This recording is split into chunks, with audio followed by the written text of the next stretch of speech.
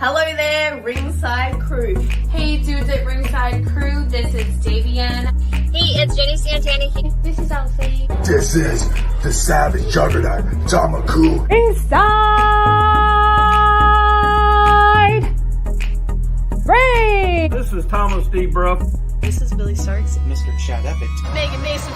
Hey everybody, Scotland's own Jordie Adelaide. The headliner in charge, Marco Mania. This is your girl Charisma. Papa Dink, Brendan Dinker. This is According to Woods. Savannah Summers.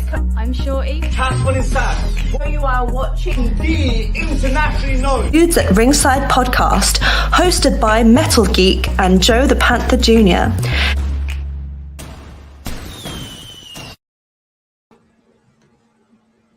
Hello there, wrestling fans, and welcome to another episode of the internationally known Dudes at Ringside podcast. I am your host, Joe the Panther the Third, and now from the top of Metal Mountain, all covered in pumpkins and vampires in the middle of the mosh pit, it's the Happy Heel himself, the Metal Geek. What's going on, Ringside Crew? What's going on, International? What's going on, everybody? What's going on, Harley? What's going on, Joe? Hey, Harley. Oh, my God. Harley, welcome back, mama. We missed you, girl. She's our OG, man. We missed the Harley. Yeah. Missed the Harley. Yeah. OG fan. Indies. She loves them indies. PPW in the house. Why are we dancing? I don't know, because I'm Joe and I do that. Cats dance. All right. Yeah, I know. You ready to get the baggie out and dump it on the floor, geek? Yeah, why? Because let's give a warm Dudes at Ringside welcome to Jordie Sparkles. Hey guys, how are you? How's it Good. going? Welcome, Jordie. Yeah, Hey, what's going on, Max? Hey, Max, welcome. What's up, dude? Media. Yes. So, Jordie, if our American wrestling fans are not familiar with you, and why would they not be, introduce yourself. All right, well, my name's Jordie Sparkles. I'm from Melbourne, Australia, and I've been wrestling for 4 years now. And here in Melbourne, I train at the MCW Academy. Mm-hmm. Harley says hi to you. Hi, Harley. She's a wrestling fan, a connoisseur. As they would say, she is the loudest fan in the arena. She could be sitting in the last row. You'll hear her in the ring. I swear. Yeah. She's from my home state, my keystone state of Pennsylvania. Nice. Mm-hmm. Geek, next question. So, who trained you? Where do I begin? So I've been wrestling for 4 years now, and my first academy I trained at was at PCW, Professional Championship Wrestling, and I was trained under my head trainer at the time, Tricky, who I still have a good relationship with, and it was basically just, getting the basics down, like how to front bump, how to do all the forward rolls and all that, and eventually I did that for about 6 or so months until I had my first match, and from then on, it was developing like my movesets and all that, and then later on that year, we had a training seminar with Buddy Murphy at the time from WWE, Wow. who was on the Australian tour when he won the 205 Live Championship here in Melbourne. He ran a seminar, and I was shitting myself when I got in the car to drive there, because I'm like, oh my gosh, I'm gonna meet an inspiration who's inspired me to wrestle. And yeah, when we got in there, Buddy was such a nice person. And from there, it was basically, doing the stuff that like they do in like the WWE tryouts, like 100 squats and running the ropes 50 times and all the international spots with in-ring storytelling and match structure and in-ring storyline telling and all that. And yeah, it was one of the most incredible experiences of my life. And yeah, from there, not long after that year after, Tennille Dashwood, also known as Emma, ran a seminar as well. And that year of just 2 people from WWE at the time training me, it was one of the most incredible experiences of my life. And from then on, like, it gave me so much confidence in myself as a wrestler of, like, going out there, playing my character, telling an amazing story, and the people that I've had train me, like in and outside WWE, like I'm so blessed to just have these incredible people in my life. Wow. And obviously, I'm at MCW now, and I've got new trainers, Jay and Kristen, who are my head trainers. And if you ever train MCW, I promise you, Jay and Kristen are like the most kindest and sweetest people you'll ever meet. But at the same time, they will push you to your boundaries in training. Definitely. See, I think that's like the best part of it. That when you have a trainer, they're really nice to you, but they push you to your limit, and that's the most important part. You can't be like, "Oh, we're just gonna train you and be soft hand." They got to be rough on you so you can take the bumps the right way and you don't do it wrong and you don't hurt yourself. You know what I mean? Oh yeah, 100%. Because one thing that my head trainer Jay always tells me, and he just wants the best for me and everyone in the academy, because that's the kind of person that he is. If I'm ever taking like a clothesline or a back elbow and I'll take the bumps, he'll say to me sometimes, "Really attack the mat," and I need that stuff, because it's like in the ring you have to be safe and you have to protect yourself along with your opponent. And it's like, they push you to the point where it's like, eventually it'll all just naturally click in. And like I said, like the people here in Australia that have trained me, they know what they're talking about, and I'm grateful to have them in my life. Yeah. So, who would you say, Jordie? Who would you say your dream opponent is? My dream opponent here in Melbourne.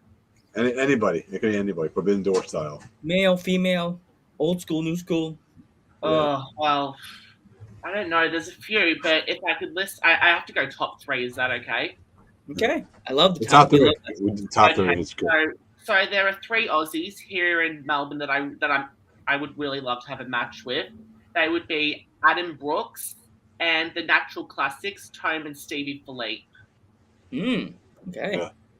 Yeah, the 3 of them, they're really awesome at what they do, and they're top blokes, and they're just people that I would really love to get in the ring with, and it would be a great experience. And but like I said, I generally think it's just one of those things that I just got to keep working hard and just keep working towards, because opportunities don't just come like that. You have to earn them.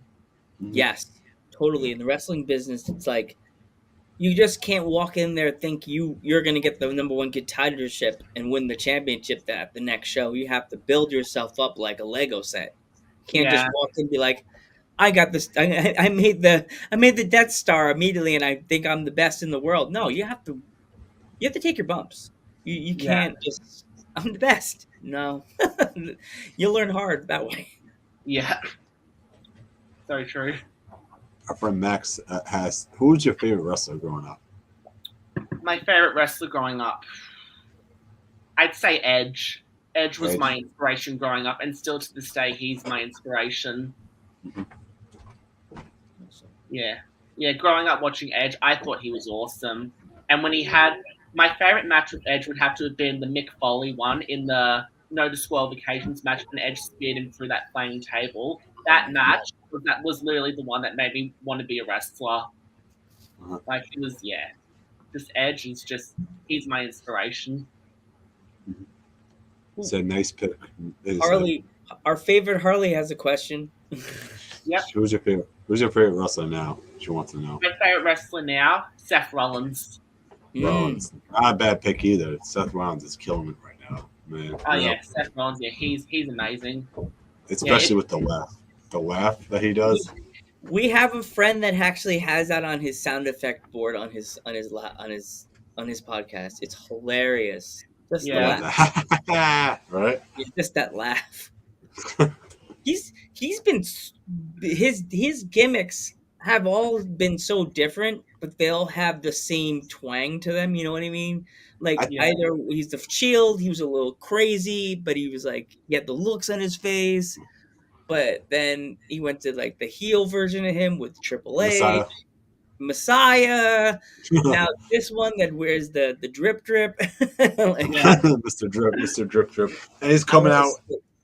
he's coming out with like a different outfit every single pay-per-view.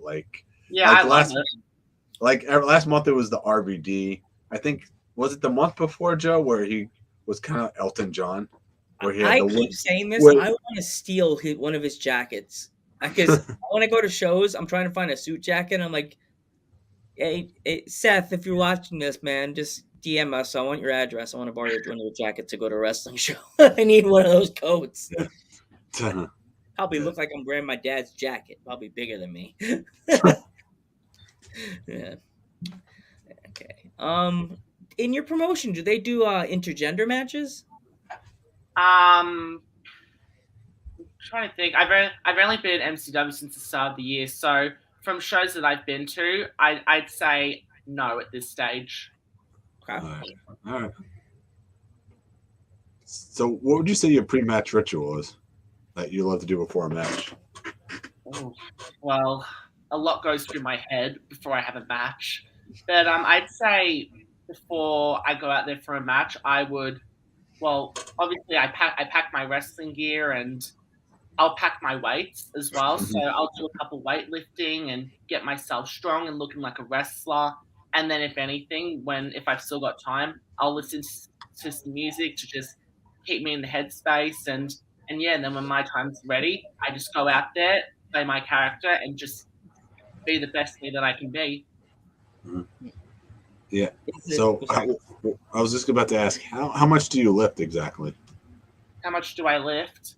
Oh, well,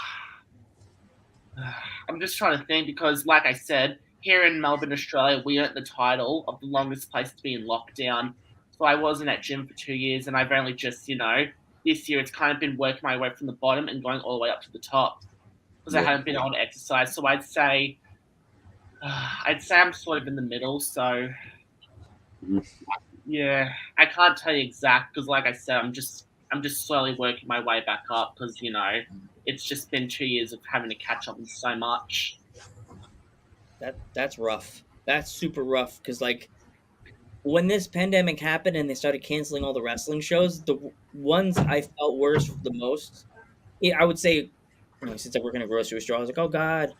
But I was really worried about you guys, the wrestlers, because that's your livelihood. You know what I mean? Like wrestling, other than doing another job, but wrestling is your thing. It was tough because what the hard thing for me is that obviously, well, pandemic hit, lockdowns here in Australia were on and off, and I was actually meant to be wrestling all around Australia. And what was hard is that a week before the show, or even a day before the show, I go on the news and it'll be announced saying we're going to a 5-day lockdown. Then boom, bookings cancelled, and trying to postpone the booking was a nightmare. But here we are now. Lockdowns are all over, and it's all worked out. But still, it wasn't a fun time in and outside wrestling. Yeah, you guys were locked down the longest out of everybody, man. I mean, they didn't let anybody in. It's like you in New Zealand, you guys aren't letting anybody in or out. Yeah, it was tough because here in Melbourne, with me, we missed birthdays and Christmas celebrations, and it was tough.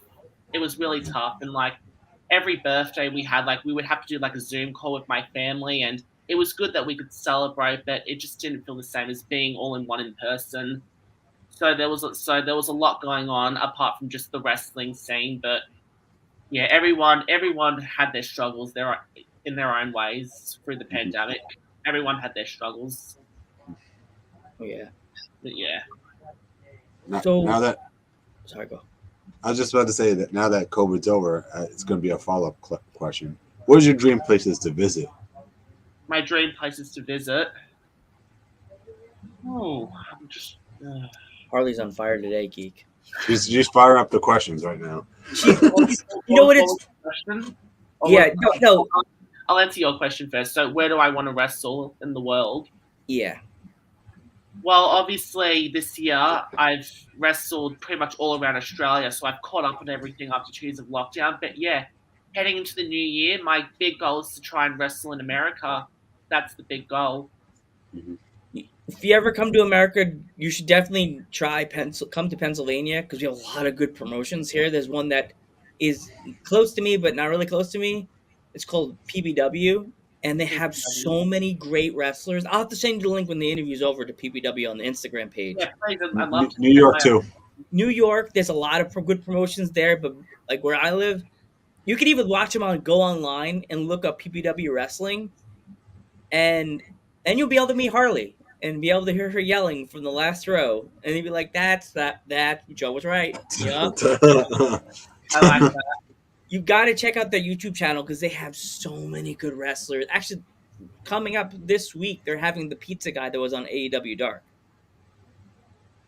Not Dark, not just Dark. He was on Was he AEW. Dark? No, he was on AEW, the pizza guy. Luigi. I don't know if you know. Luigi Primo. I was thinking that too. Like I was just, yeah. Yeah, pizza guy. I know it's the pizza guy because everybody says the pizza guy. I'm like, oh, it's the pizza guy. Ever since after AEW, now everybody wants to book him. Go figure, Harley right? needs a merch stand at the show. It says the shirt has a picture of Harley like this, and on the back it says the loudest girl at the PPW shows. Oh, bless. Hey, she loves her wrestling. Yeah, she loves her independent wrestling. Yeah. Well, if it wasn't for this guy, I wouldn't be so hooked to independent wrestling. So. No, man. He's like, what's that? What's independent wrestling? It's like, I thought it was some kind of joke. And then it's like, why are they wrestling in a gymnasium? That's weird. That's what I used to tell him. Why are they wrestling in the gym? It smells like basketball players in there. Ew. Yeah, no idea. He didn't understand at first, but you know. Then he showed me the awesome, like the awesomeness of Ring of Honor, and I was like, all right, I can hang. And now we're hooked. Yeah. So, we got another question from one of our Meme Mania. Who was your favorite tag teams growing up? Tag teams, the Hardy Boys. Hardy Boys are always great pick right there. Yeah. Yeah, they came when WWE did an Australian tour here in Melbourne. The Hardy Boys came out and everyone just lost it. And yeah, they were amazing live. Yeah, they're amazing. Like I do look up to those guys huge, especially when it comes to tag team wrestling. I saw the Hardy Boys return at WrestleMania. Absolutely awesome. Probably one of yeah, that was amazing. I was sitting at home. I remember I was sitting at home that day eating pizza with my dad, and as soon as they came out, I jumped out of my seat and the pizza spilled everywhere. I should make a video of that. Oh, what kind of pizza was it? A meat lovers. Oh yeah. Yeah. But it's just that's so awesome. You guys could actually experience WrestleMania like for lunch. They say, "Hey, I'm going to go have lunch and watch WrestleMania." That's the extreme. Then we have to like, what do you mean 8:00? Are you kidding me? No. Like for you, it's what the funny thing was is that because of the time difference in Australia and all that, WrestleMania would actually be on a school day back when I was at school. And because my dad's awesome, my dad would say, "You're going to have the day off school, and we're going to watch WrestleMania." And I remember I remember there was one time I was at school because I had a test to do that was in the morning, and I was walking to the car with my school bag, and my friend goes, "Why are you going home?" And I said, "Oh, I'm going home to watch WrestleMania." And they go, "That's not fair." That's so awesome. Imagine that you're in class and all of a sudden, like right before WrestleMania starts, your dad get your name called over the PA. Come to the office, and you think you're in trouble. Have your head down and shaming your dad standing there like, what? Why you look sad? WrestleMania. WrestleMania is officially a holiday. Me, I would be sad thinking I'm in trouble because it's just me. I'm like, in trouble again. What did I do today? Like, no, your dad would be like, "Shut up, Joe. Shut up." Shh. He's like, "Where are we going?" Don't tell anybody. Don't tell anybody what. Well, the good thing was, believe it or not, my mom is actually a school teacher, so she taught the school, so I pretty much could get away with anything. Oh, that's so lucky. So you were that kid in school. No, I was a good kid in school, I promise. Okay. Because my mum was a teacher, I had to hold myself to a professional expectation. Except for that. Yeah. Except for WrestleMania. Except when it came to that. Is there any other pay-per-views that you remember as a kid that stuck to you? That you're like, oh, that's my pay-per-view besides WrestleMania. Oh, well, if I'm being honest, I'd say the first ever all women's pay per view event, Evolution. I thought that was awesome. There. Yeah, the all women's pay per view. I was there. Oh, you were? Oh, I was hell there. Yeah. I mean, well, if I'm gonna get honest. Growing up watching wrestling, I actually loved the women's division growing up. Along with looking up to people like Jeff Hardy, Matt Hardy, Edge, Rey Mysterio, all that, you name it. I was a huge fan of the women's division. Like, growing up, when I was first introduced to wrestling, I loved the Mickie James and Trish Stratus feud. That was amazing. Just Mickie James being the psycho and being crazy for Trish Stratus, that was amazing. And watching Evolution and seeing them, reunite that storyline just brought back the memory. And, I was just about to ask you. Sorry. Yeah, you're right. I was just about to ask you, what would be your favorite WrestleMania match? Because I can kind of figure it's that WrestleMania 17 match. Am I right or not? There's a few favorite WrestleMania matches, if I'm being honest. Yeah. Oh, I'm gonna have to go top 3 again. I'm sorry. It's okay. It's all right. I'd say Matt Hardy versus Jeff Hardy. That was amazing. And the one with Seth Rollins versus Brock Lesnar when he defeated him in the very first, when they were the first matchup, he defeated him just like that. That was amazing. Yeah, we were there. You were there? Yeah, we were Me and Joe were both there. I'm jealous. I really want to fly over and go to WrestleMania live. That would be a dream come true. Yeah. Yeah, and the other one would be, and I'm just trying to think what the other one would be, because, WrestleMania was just, ugh. The past WrestleMania that went by, the Sheamus versus Riddle match, that was amazing. Yeah, every WrestleMania, it just gets better and better. Yeah. The list goes on and on and on. My favorite. It's funny. I actually made a reaction. Sorry, Lance. Okay. No, go ahead, Joe. I made a reaction when he won the belt. It was so funny. I made a reaction. It was before we did our podcast. It was me, my dad, and our mod, and it was just hilarious. Oh yeah, we have Scarecrow in the chat. Another wrestler is in the chat. Another Scarecrow's. He's trying to scare us. Two. Yes. Let's say it was our guest from last night. It's the Scarecrow from Long Island. Cheap plug. Plug last night's episode. Check it out. So yeah, that was our guest from last night. He's coming by to say hi again. We're talking our favorite WrestleMania matches, Joe. Mine. It's hard to talk about because I feel like that if I say it, if I have to bleep myself, it's just say it. Shawn Michaels versus Triple H versus in a title match, and won because I can't even say Chris Benoit.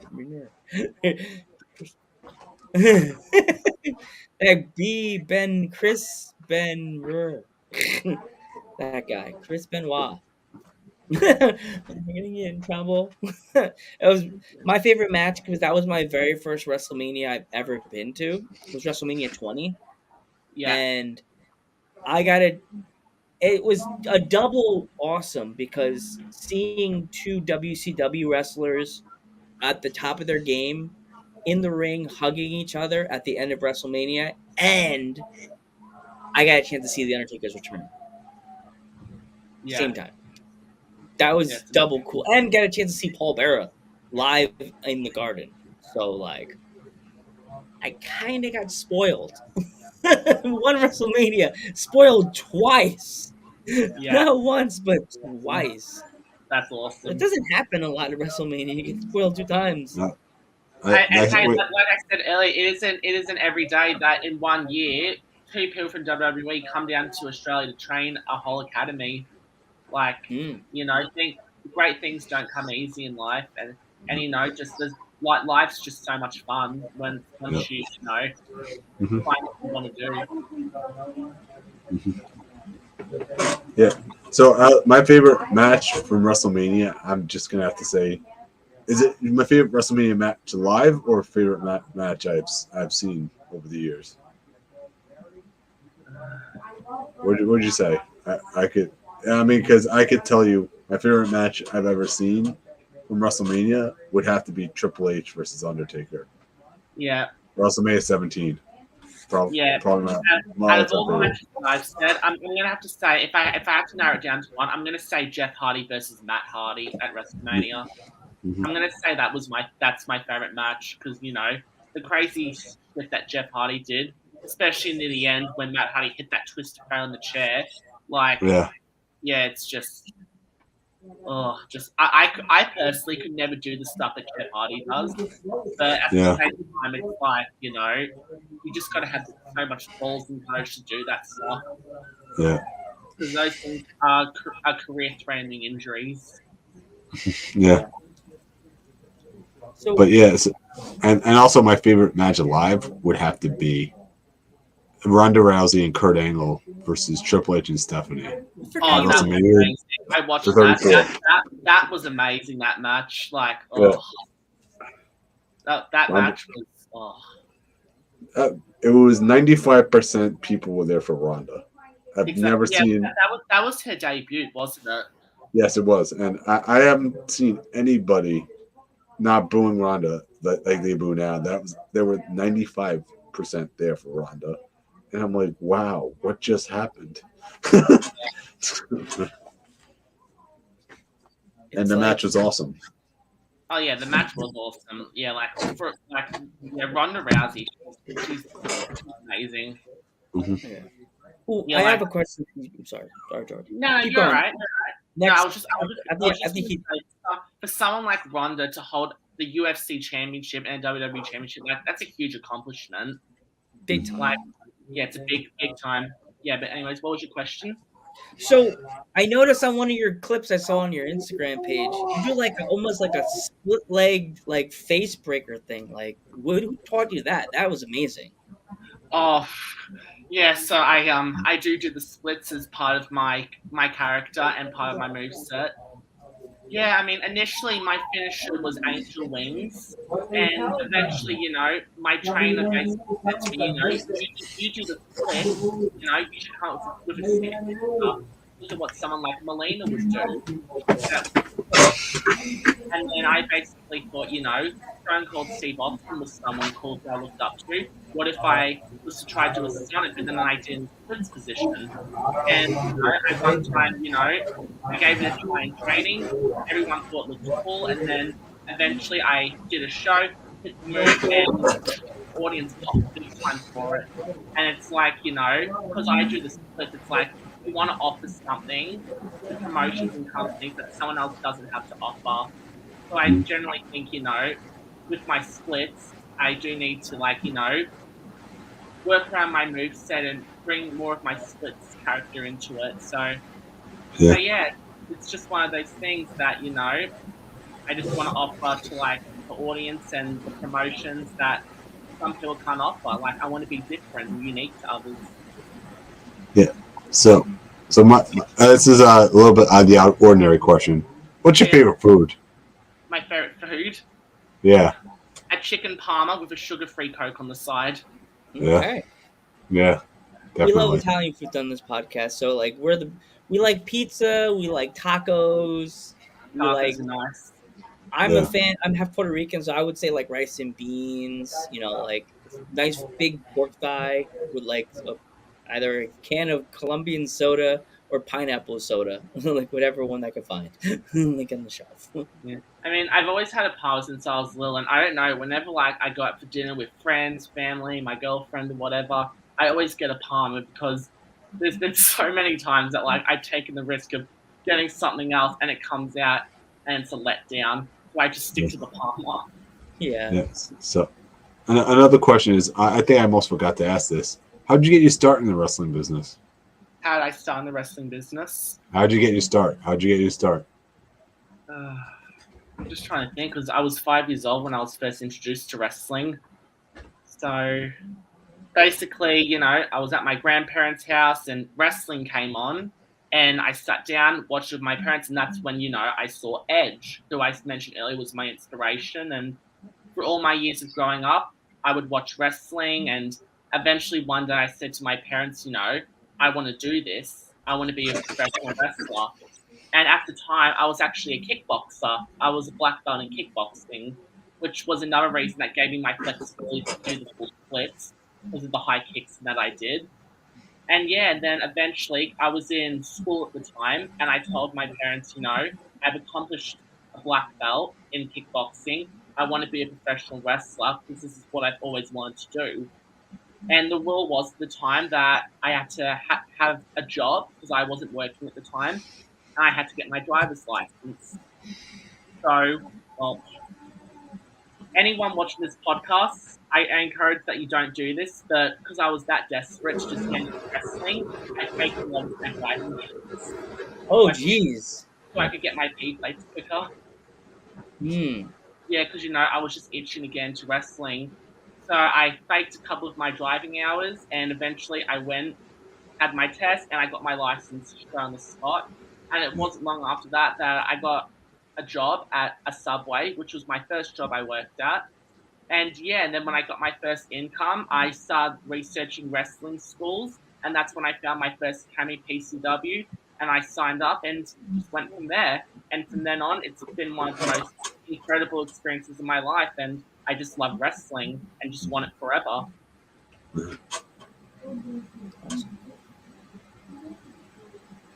Anything else, Keith? Yeah, I have a couple questions. I might have one more. How did the name Jordan Sparkles come about? Oh, the name Jordie Sparkles. Oh, it's a funny story. Yeah. So my debut was around the corner, and I was entering like a battle royal. A battle royal is what my debut was, and I had no idea what like my persona was going to be, and what my ring name was. And I remember the following day, I was about to go. I had a bath with a bath bomb, and it had like the glitter in it. And as I, did that and went to the venue to do the show, I had glitter on my chest, and the lights, and the lights in that was shining on the ring. And I was doing my spot, and eventually some audiences were calling out, "Hey, Mr. Sparkles, you're sparkly and all that." I know, it's pretty funny. I'm sorry. Awesome. That's awesome. And like the audience were all getting into it, and they were chanting, "Sparkles, sparkles, sparkles." Hey, you're over. And then when I was, and then the following Monday, I went into the training room with my trainer at the time, and he basically said that could be your wrestling name, Sparkles, because the audience really loved it. And I just said, well, I kind of need a first name, and they were like, well, what's a name that you like? And I was like, I don't know. And he's like, well, your real name starts with the letter J. What is the names? And I was like, Josh, Jack, Jordan. And then he said, what about Jordie? And then we came up with the name Jordie Sparkles. And then it went from there. That is awesome, that story, man. Well, a lot of people have a different reaction to it to how you guys do. Yeah. Well, I laughed, but it's not laughing at you. It's laughing that it's so funny because the crowd was chanting "Sparkles, Sparkles." Yeah, the audience basically gave me my name, and it's awesome. Yeah, it's like it's better to have a reaction than no reaction, because if you had no reaction, you hear crickets, then it's like, did I mess this up and decide to do something that won't work? You know what I mean? Yeah. Like, as I said, you made your mark without even knowing you made a mark. You know what I mean? Like, it's it's a night I'll never forget. Like my debut, have no idea who I was, and then my the audience basically told me who I was. Like, it was amazing. That is amazing. Yeah. But yeah, where do you see yourself in 5 years, though? In 5 years, well, it's just one goal at a time. So, as I mentioned, next year I am hoping to wrestle in the US. But, in 5 years' time, like, I do hope to see myself, hopefully, having a contract for NXT by then, because that's my big goal in wrestling. And obviously, I've got other goals from outside of wrestling, but in the wrestling scene 5 years from now, I hope to have a contract for NXT. Uh-huh.